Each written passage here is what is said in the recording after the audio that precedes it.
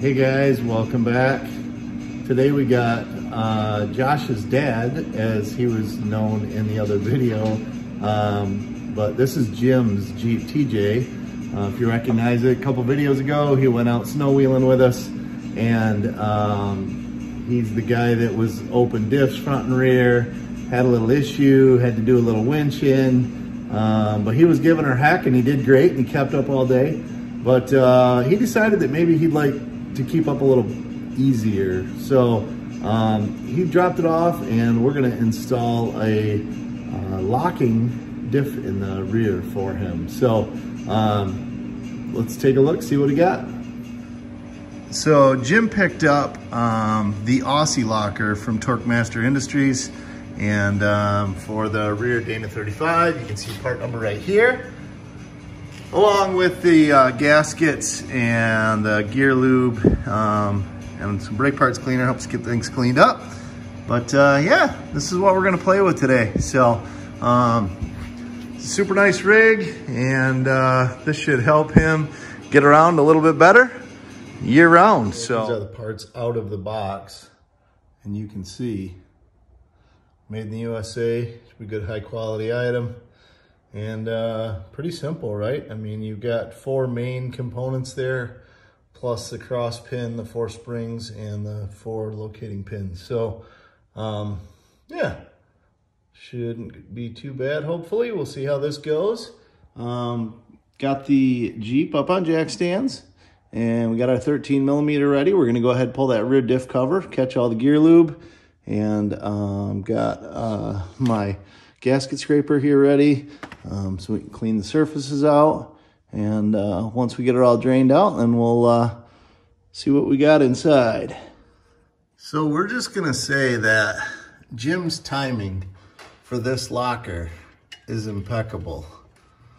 The teeth on those spider gears are wasted.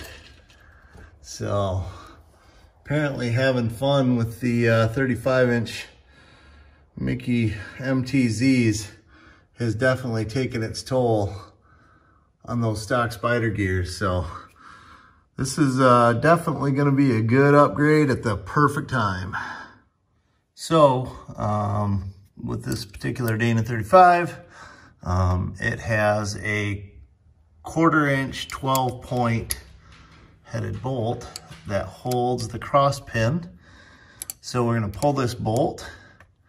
That allows us to pull this cross pin, and then we can get the top and bottom spider gears out, and then we can push the axles in slightly to drop out the C-clips. So I'm going to attempt to do it one-handed while I hold the phone that I'm recording with in my other hand.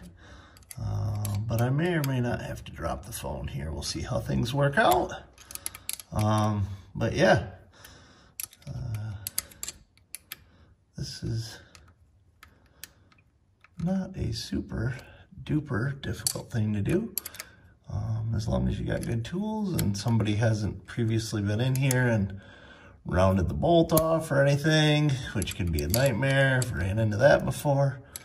But yeah, this is a pretty straightforward installation on this one. You don't even have to remove the diff or the ring gear or anything. I know with some of them, if you have the thicker ring gear that covers this cross pin, then you actually have to like pull the differential out of the housing so that you can pull the ring gear off. But in this instance, we got lucky. So here is our bolt. We'll just set this down here out of the way, and then see if we can get our cross pin out. And here that comes. Again, I'll set this down out of the way. Now we'll roll our axle, and as we're rolling it, the spider gears are going to drop out and cover me in gear lube. Awesome.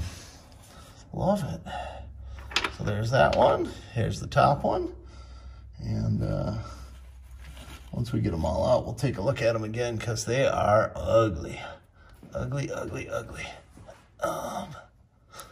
Gotta see if I can roll that carrier or if I'm gonna have to grab the drive shaft, but it looks like I'm getting it.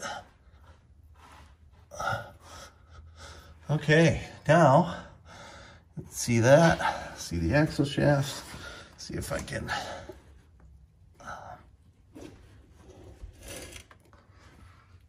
pull that a little bit. You can see the C-clip in there. And yeah, I might have to, all right, sorry guys, I'm gonna put the camera down, but you can see the C-clip in there, and I'm just pushing it around in a circle. So, but what you gotta do is push your wheels inward towards the center of the axle on both sides. That allows you to get those C-clips out. Those C-clips will drop out past the spider gear, and then we push the axle shafts back out and start the installation process. All right, guys, so this is what you should have pulled out if you have the Dana 35 TJ axle like this one. So yeah, these were ugly. These are the side spider gears, which are where the axle shafts slide into.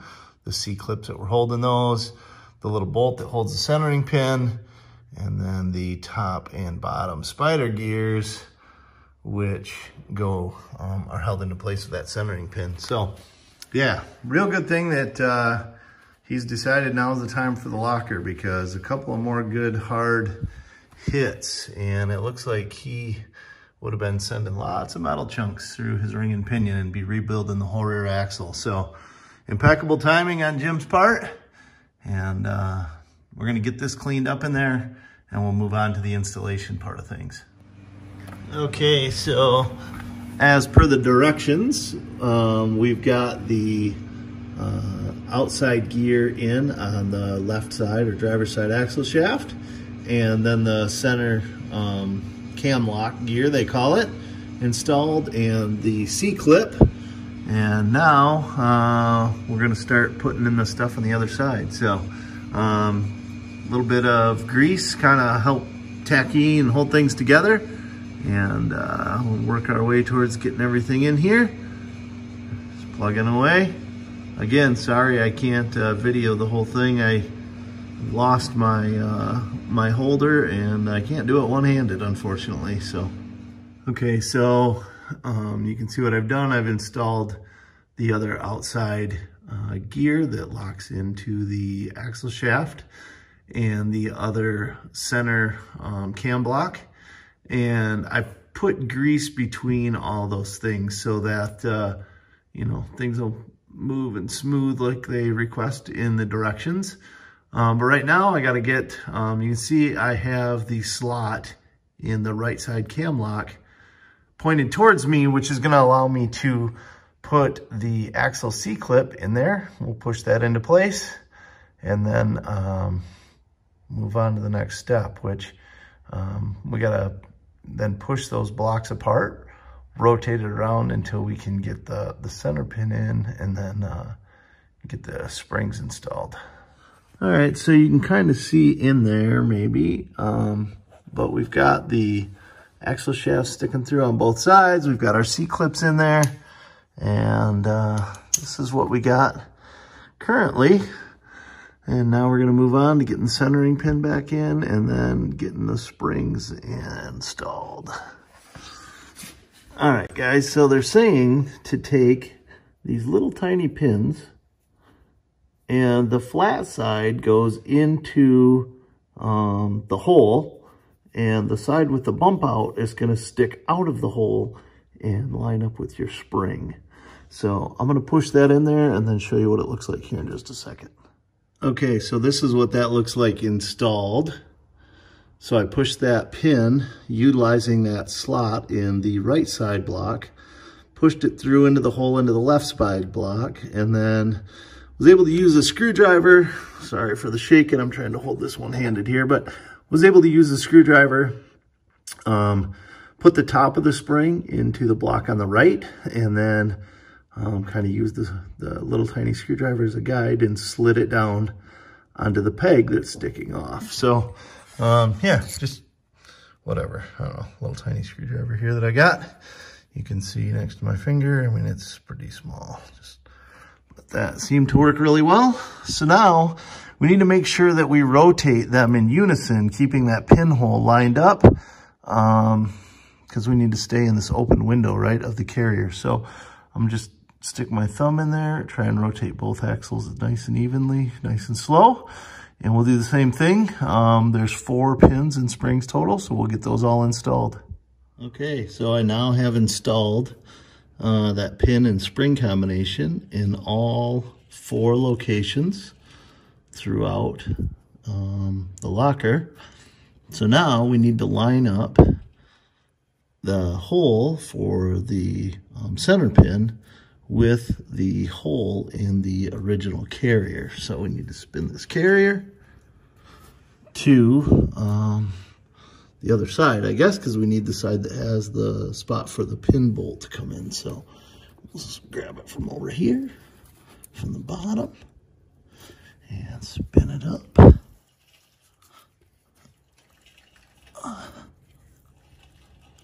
Get access to this side of the carrier, which has that spot in it. And then we will roll, stick our fingers up in there, and roll this until it is lined up. And we can slide that center pin through.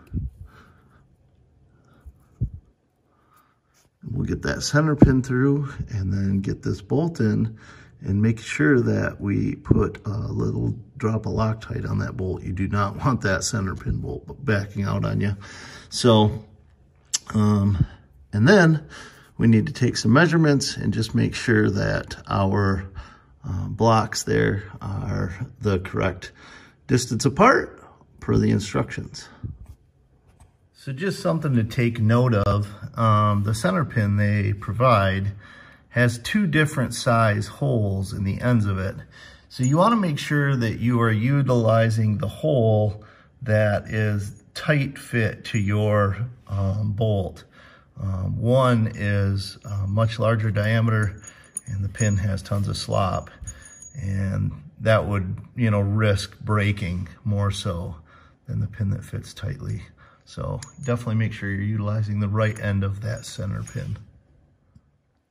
All right, so I just put a little drop of blue Loctite on my pin bolt. I got the pin bolt in. Now we're gonna rotate this around and double check our measurements and make sure that we're within tolerance.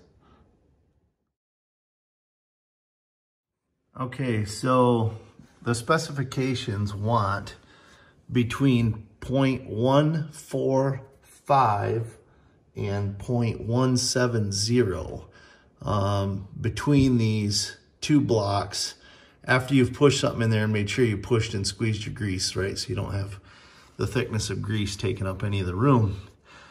I am over that measurement. So I need to take this thing totally back apart and figure out how to space between here and here. And I'm looking around, I'm like, what am I gonna do? How do I do that? Well, I hadn't noticed, but grabbed the original spider gears and flipped them over, and there was a little thin washer on the back side of the spider gears. It was kind of sitting there, it was stuck with oil, so, you know, it didn't fall off. I actually had to take my knife and put in between the layers to kind of break it loose. But if your measurement's not within spec, look on the back of your spider gears. Hopefully these are enough to get me within spec, and I think they are. It looks like I'm gonna be really close. So we're gonna get this thing back apart, pop these in there, hope for the best. It's just the way it goes sometimes.